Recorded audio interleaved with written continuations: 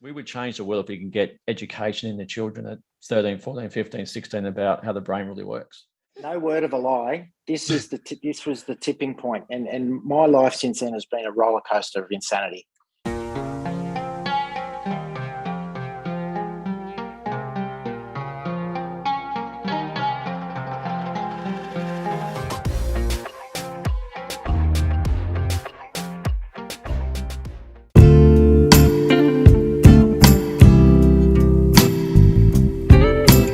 What's going on, people? This is where you want to be. Welcome to Spiritual Needs TV. Thank you for joining me today, and welcome back to another episode of A Chat with I Cortez. And we have two special guests for you today. They are the Fifth Dimension creators and owners. We have Greg Riley and Michael McNair.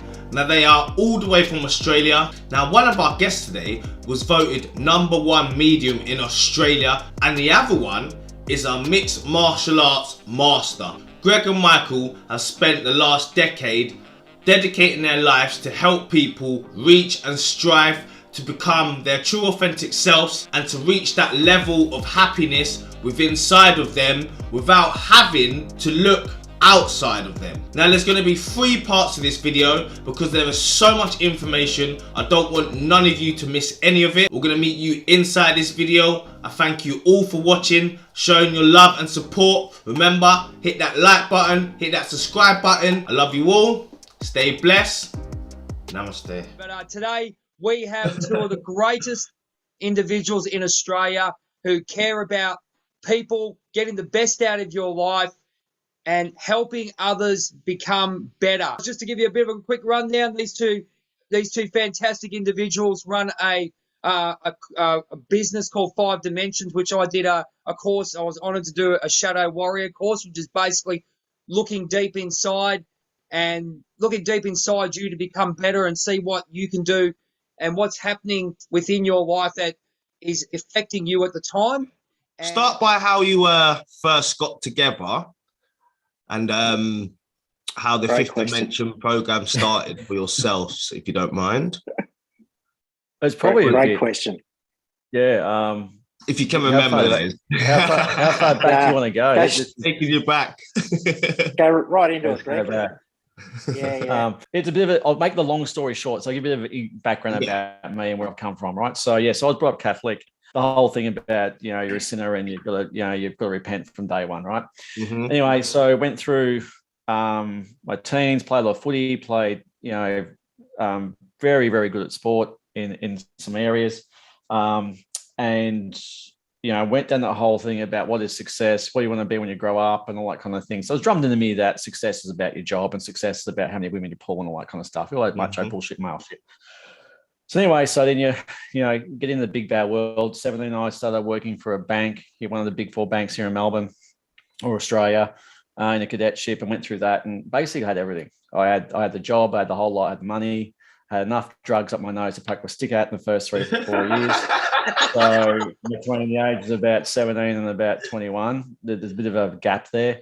Partied really hard, but I got to the point where it was meaningless. It really meant nothing. Mm-hmm. You're having these, great times, but you're not having great times, and you may have things materially, but you're hollow inside. So, yes. And so that led me down the path of martial arts, and I'm a very novice martial arts. Michael's a lethal weapon. He'll tell you about his stuff. He's literally got black belts everywhere. So I did meditation, martial arts, trying to find more about that deeper stuff. So I'm going to these meditation places in a full-on suit. Everyone looked at me going, "Why are you here?" But it was really good because I'm this banker that was going to do that. So, and it sort of opened up what I used to do as a child. I used to do astral travel or astral projection when I was a kid, when I was about between 7 and about 10. So and that sort of stopped when I was about a teenager. But that started to reactivate. Did you know you were doing that at the time? Did you know you were? I thought it was just normal. I was like, everyone did it. Right? I realized it wasn't normal. So that stopped when I started puberty and stuff. But and then so started really going into what happens after we die, because the whole Catholic thing about And then my father had bowel cancer when I was 15, and he survived, but it brought up the whole thing about, well, what really happens when you do die? So I went in the whole thing, and then did all the psychic stuff and did training in that area there. And it's all just evolved over time about, giving readings for people and going more into that nature of who you truly are, nature of consciousness, nature of self, and just read book after book after book, course after course after course. Yeah, Greg, I just want to butt in there for a minute. I just wanted to say, just you want to check out anyone watching the video now, there's a preview which I put up about you guys being on our show, and I actually put down that you were voted Australia's greatest psychic on Channel 7's The One. So yeah, I think, I just thought I'd mention that. Yeah, sorry to interrupt there. That was back in, I was living the double life. I was still working in the bank and doing, clients on the side and stuff like that. And that, yeah, so I basically won Australia's best psychic back in 2011. That changed a lot of things. But, I've back in about 2008, I really didn't like doing the psychic readings because people were just they wanted to be told what to do. There was never this thing about self-motivation and all that stuff. So I started down the hypnotherapy, therapy side, counseling, and all that stuff. And I started from there. So the real passion started back in about 2008 about really finding people and helping people to find their purpose. And so that's where I learned, the hypnotherapy side of things and how the brain works, and which was great because you've been able to blend the psychic stuff, the intuition stuff with that. And then fast forward a number of years, marriage breakdown, and now found my, partner in life, and she's fantastic, got 3 kids. But I was sort of a crossroads with sort of my life, a few years ago. And there's a friend of ours named Craig Harper, who's literally the man. If you ever get a chance to listen to some of his stuff and reach out to him and see what he does, he's on Instagram, Facebook, and that. The guy is literally a god in my eyes. And what was his name again? Sorry, Craig Harper. Craig Harper. Okay. He's a fitness guru here. Cortez, actually, you'd love to talk. I'll tell you, we can get him on the show, mate. I'll tell you, it wouldn't be a would be a bet. The fitness bits are front. It'll be. He's a very smart man. He's just not a fitness guru. He's very smart. So so basically, something it popped up on my Facebook feed, and I thought, don't know who this guy is. I didn't actually know who Craig was. And so it just popped up, and I thought, I'll have a crack at this. It was, a course. And then I didn't realize that how profound that was going to be. It was a 6-week course or 12-week course? Well, it was meant to be 6 weeks. It started at 6 weeks, yeah. And that's how Mike and I met. We met through there, and it was, through that. And then, started 2018. Yeah, so we had a really strong bond from that. On the second week, people found out I did ayahuasca, and that, things down another rabbit hole after that one. And I dragged Mike into that world, and he has a look I think, from there, it's just been a natural evolution of trying to find people where they can find their true happiness, their true joy, and find where. And what we do is really simple. And Michael will speak after this about, he's much more versed in, the esoteric stuff than me. But, in the Western world, we're so conditioned that success is material stuff. Success is what you have, what you own, what your car you drive, the house you got, how you look in front of everybody else. And we got more rates of depression. We're more connected. We got more anxiety, all that kind of stuff because of what we're told is, whatever. And, what we try and do is bring it back to simple things about, who are you being and what is success for you, and strip it right back to the real core stuff and it really is as simple as who are you being, day to day, and what does that look like? And, we're pretty straight to the line. There's no fluffy stuff. There's some very tough conversations sometimes, but we help people try and realize it's an inside out kind of experience. We help people connect on the inside, not the external. And once you find that inside part, miracles happen. Your life is never the same once you find that place of that true happiness from inside. And then it's all about who are you being in the moment for moment day. What do you represent? And it's just we've got a great life. It's fantastic to be able to help people find that true place of who they really are, and they're not in a wishy-washy way, but a really strong, committed, deep soul, spiritual connection. We sort of just come around the idea that we've got so many things we can do and help people, and we work really well together. And there's things that I can't do that Michael does. I sit there in awe of what he writes sometimes and think, fuck, I've got a year 12 high school, packing them higher education, right?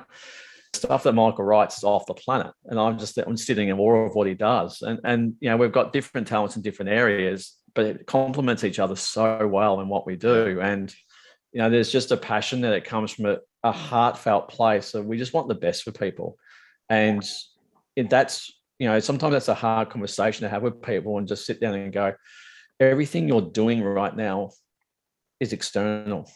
None of it's internal.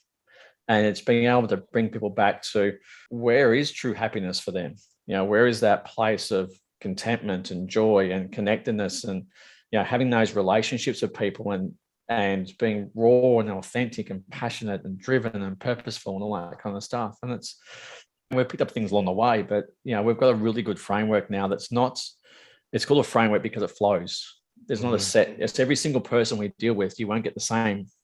We're a big thing about we're a done with you program, not a done for you, or it's a online course where you go away and it's self-study or anything like that, because Michael can speak a bit more about this. But if you look at the statistics for self-study, I think 90% of people who do self-study don't finish the course. And I think it's around 50-60% don't even start the course. We help you build that connection. We help you build that purpose, that soul, that real strong, authentic self that has deep connection with people, deep connection with yourself, and you have real joy and real happiness and access to consciousness and flow states and ecstasy, and and still have ups and downs and bads and goods, and but to be able to deal with life and understand that life and we get some really weird conversations that reality is exactly what you make it. It's all about what you think.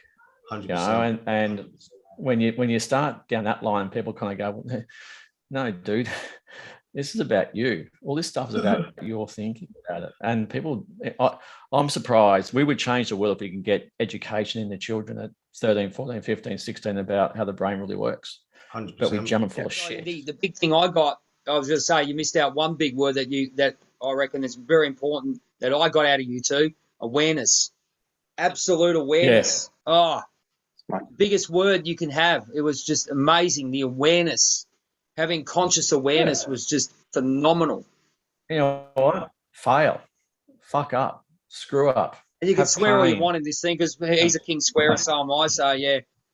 Right.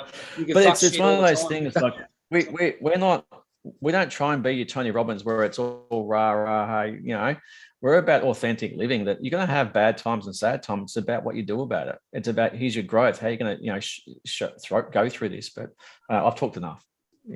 Michael, I could listen to you all day. We got time. Don't worry. Well, welcome to my world. I love it. Yeah, I think Greg's been very humble. I think a bit like you, Jay, Greg had such a profound impact on my life at precisely the right time, which is, of course, exactly the way it happens, because there is no other way. We love it. That's it. And so if I blame because I did take him down the psychedelic realm. He's never going to forgive me for that. But we're going to talk about we'll come back to that. We'll tell the whole story, because it unlocked doors and truths for me that were profound. And as those doors opened, it became obvious to me that was a necessary part of my journey, and it was really taking me down a path that I knew intimately was there, but I'd been avoiding. It's kind of that subconscious, unconscious, conscious development that you have to go through to really wake up. So if I go back, a little bit like Greg, I've got memories of being, what people would call spiritual or connected to other experiences as a kid, and I'd forgotten about those. I had quite a happy childhood, and late or midway through secondary schooling, had a couple of bad experiences where, in simple terms, I was at an all-boys school and got accused of being gay and became the brunt of a lot of people's jokes, and life got pretty hard pretty quick. So I went into a real shell for a few years, and after I left school, I disconnected from that life, and I kind of needed to, because being bullied and beat up and all that sort of stuff is not fun. And as a vulnerable young male, who was a very sporty, athletic kid and very competitive, it was pretty challenging. So I went to uni, was pretty lost, pulled out of that the first time around. Took up martial arts somewhere around that time and was really angry. So, I set out on this journey of revenge. Little did I know, sort of 10 or 15 years later of training, I developed quite a spiritual connection through that. So it started out as a journey of aggression and got quite good at it and, got all the black belts and all that sort of good stuff. But what I took away from it was an awareness of myself that wasn't so much a spiritual development, but it was kind of like laying the groundwork for what was to come. Mm-hmm. So in the background, a bit like Greg, I went to a Catholic school, grew up that way, and was part of the church community. What was really healing for me, at least at the time, was I was about late 19, maybe 20. I met with this girl who was gay, and she was like a soulmate. So she was somebody that I guess took all of those shadow aspects and all that drama that I'd taken on through school and actually showed me a world that she was part of that was really quite joyful and connected and loving, and all the stuff that I'd probably not allowed myself to be. That was really, really powerful. And out of that, strangely enough, I ended up connecting to a group of Pentecostal Christians and got baptized as a born again Christian in what's called the Narooma River here when I was, I don't know, maybe 19 or 20, which, at the time, I guess I was looking for answers. I'd been through a lot of hurt. These people were beautiful. They were, really loving, caring people, and felt a connection to what in that world we called the Holy Spirit or God or whatever you want to call it. And it was really quite profound and beautiful. I guess I was still quite spiritually naive and young and vulnerable. So, I was probably at a place where I jumped at anything that I thought was going to take me to that place where I just felt better without the maturity and the wisdom to really process a lot of what had gone on leading up to that point. Mm-hmm. Anyway, shortly after that, I was really fortunate. I met my wife, who I'm still married to, 21, 22 years later.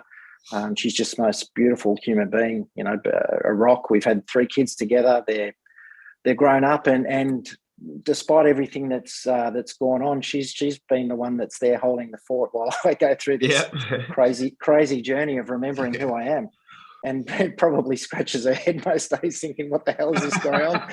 So anyway, we'll fast forward a bit because there's some crazy stuff that happened in between. I feel like my life's been one big synchronicity, and maybe a lot of people feel that way, but it's kind of cool. So I get to this point where in 2016, I lost my dad to cancer. In 2017, I took up road cycling as a kind of a way. He did it when he was younger, and I wanted to basically just raise money for cancer and send him off. It was kind of like my parting remembrance, if you like. Got most of the way through the year and had a pretty severe accident, nearly died towards the end of the year in September. So I fractured my femur and had some pretty nasty sort of complications with that. Ended up in hospital, and then I was basically at home for months learning how to walk again. And I got myself into a really dark place, because when you can't do anything except lay still and rely on everybody around you, you have a lot of time to work with your shadow, let's say. So what came of that is, without any, I guess I kind of went through a stage where I had a few years of not having the spiritual guides or the connection to meaningful relationships, because I'd got caught up in career and kicking goals. I've always been a helpful sort of person. I've been generous with my time. I coached junior football and basketball for best part of 20 years. But all of these things that I did, I filled up every moment of my life with stuff, except for probably what I needed, which was to spend time working on myself to establish an identity and a truth and an authenticity that was going to take me to a place where I could show up best for everybody. That bit came a little bit later. So spending all that time trying to recover. So, I got a big titanium rod put in the leg and all that nasty stuff. Wow. It was the start of 2018. I caught up. I'd known Craig, who Greg mentioned, for quite some time. And I rang him and I said, hey, mate, I saw you've got this course advertised. This isn't one of those weight loss course things, is it? And he just said, no. And he just said, no, mate, you need to come. That's it. That's all he said. And because at this time I was still in bed. I wasn't walking. I wasn't even sure how I was going to get there because I probably wasn't going to be driving for a while. Anyway, so Greg might even remember that the first night of this first course, I've got my sticks for walking, and I managed to drag myself up the stairs, and I sat up in the back corner and I told a bit of a story, and I was, I was in a bad place. Yeah, I probably didn't want to be around. And I can't remember if it was the first week or the second week that, Greg, you told your story, but it touched. So it touched something. And when he spoke of his experience with ayahuasca, I'd been pretty much straighty 180 my whole life. You had. You've done nothing compared to me. I did. I knew nothing. So my compass had taken me in a different direction up to that point. Oh my God! No word of a lie. This was the tipping point, and my life since then has been a roller coaster of insanity. So it was, I reckon, the next day or within a couple of days, I had to go. It was about a week or two later. I had to catch a plane for work to Sydney, and out of nowhere, I'm sitting next to this lady, and she starts telling me this story about an ayahuasca journey. I'd never heard of the word. I had to go and Google to even work out how to spell it. So anyway, so then, and within a couple of days, I was catching up with a couple of mates, and we went and saw this movie, and this other some random lady, she starts telling me about it. I'm like, oh my God, this is insane. Yeah. Anyway, so then I get curious, and so it starts. I've always been curious. Yeah, and this is where the rabbit hole journey begins. Mm-hmm. So start looking it up, and the first thing you learn is that when you're called, you're called. You know. So then, Greg and I, by this time, we'd done a few weeks of the course and had a couple of conversations. Probably hadn't really connected that much, but enough to get to know each other. And then I think it was about July of that year, there was a tea ceremony retreat, we'll call it, that I had the opportunity to attend, and it was the most transformative, powerful experience of my life by far. Would you like to talk about a little bit about what happened, or?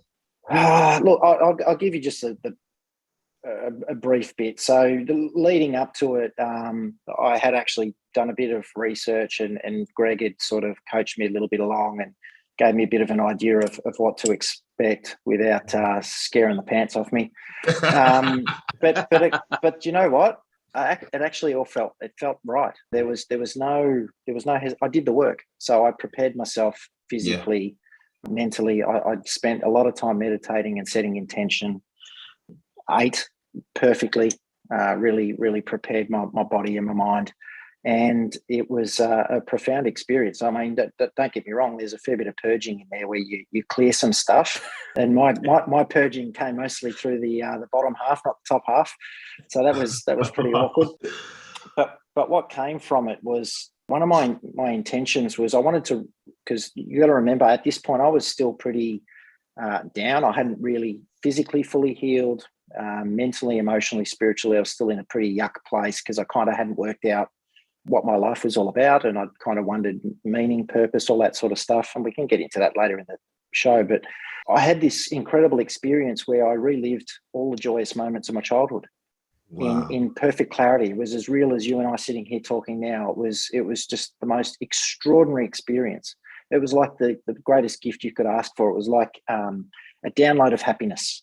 Yeah. And then from there, it kind of just escalated into more and more powerful, deep spiritual things, which culminated in, the only way I can describe it is because words don't do it justice, but I became one with the source.